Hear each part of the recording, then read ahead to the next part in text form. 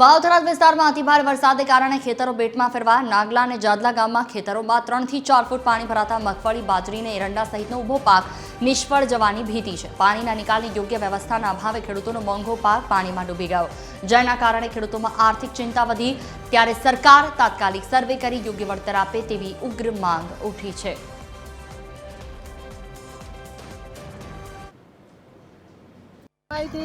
ગવાર હતો, પછી ઝાર હતી, મગફળી હતી, એરડા હતા। આ બધું પાણી ભરાઈ ગયું છે। હવે કોક સરકાર સહાય આલે તો સારું। 2 મહિના સુધી હુકાય એમ નથી। પાણી ખેતરમાં ઘરમાં વળવાની તૈયારી છે। એક બંધો આડો છે એ ખુલવા દેતા નથી। પાણી મૂળ કેડેથી ઊંચું છે, ગળા સામું થવા છે મારા ખેતરમાં। કેટલું નુકસાન થશે? નુકસાનમાં પાક હતો બધો બળી ગયો છે।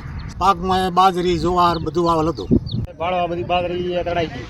પૂરા ભાગમાં મગફળી ને એવું બધું હતું, એ આખું તણાઈ ગયું અને પાક નિષ્ફળ બધું આખું ફેલ થઈ ગયો। ભાળો રહીતરો બધો પાણીને ફળ પડ્યા છે। હવે મારે કોઈ સરકાર સહાય આલે તો સારું છે, નકા પછી હેરાન થવાનું છે મારે સાહેબ। વાવેતર આમ તો છે ગણો ને 4 થી 5 એકર જેટલું મગફળી ભાળો બળી ગઈ, આ બાજરી ભરેલ પડી છે।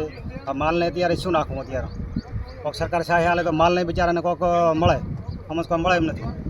વાવથરા જિલ્લાની અંદર મેઘરાજાએ ભારે તબાહી મચાવી હતી, જેને લઈ અને અનેક વિસ્તારોમાં પાણી ભરાયા હતા, અનેક રસ્તાઓ ઉપર પાણી ભરાયા। પરંતુ અત્યારે TV13 ગુજરાતી પહોંચ્યું છે। અત્યારે જે થરાદનું નાગલા ગામ છે, નાગલા ગામની અંદર જે ખેડૂતોના ખેતરો છે એ ખેતરો અત્યારે બેટમાં ફેરવાઈ ચૂક્યા છે।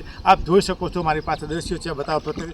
આ કોઈ તમને કોઈ નદી કે કોઈ દરિયો નથી, પરંતુ જે ખેડૂતોના ખેતર છે અને ખેડૂતોના ખેતરમાં જે મહામૂલ્ય પાક જો કહેવામાં આવે તો પાકની અંદર મગફળી છે, જુવાર છે, બાજરી છે અને એરંડા સહિતનો જે ખેડૂતોએ પોતાનો મહામૂલ્ય પાક કર્યો હતો અને પાકની અંદર અત્યારે પાણી ફરે છે। આપ દોસ્તો ચારે બાજુ પાણી આપણે દેખાય છે। એટલે ખેડૂતોનું કહેવું છે કે અત્યારે જે અમારો મહામૂલ્ય પાક હતો, જે મગફળી સહિતના અનેક જે પાકો હતા એમાં પાણી ફરે અને આ પાણી હજી સુધી 2-3 મહિના સુધી આ પાણી સુકાશે નહીં। જે પાક કર્યો એ પાક તો નિષ્ફળ જશે, પરંતુ સાથે કદાચ જો 3 મહિના સુધી આ પાણી નથી સુકાતા આવનારી શિયાળુ સિઝનમાં પણ નુકસાન થઈ શકે તેવી ખેડૂતોને ભીતિ છે। એટલે કહી શકાય કે જે ખેડૂતોનો મહામૂલ્ય પાક હતો એની અંદર પાણી ભરાઈ જતાં ભારે નુકસાન ભોગવવાનું। અત્યારે તો ખેડૂતો સરકાર પાસે ખાલી એટલી જ આશા રાખીને બેઠા છે કે અમારા પાકનો અમને વળતર આપે અને જે પાણી ભરાય છે એનો કાયમી નિકાલ આવે।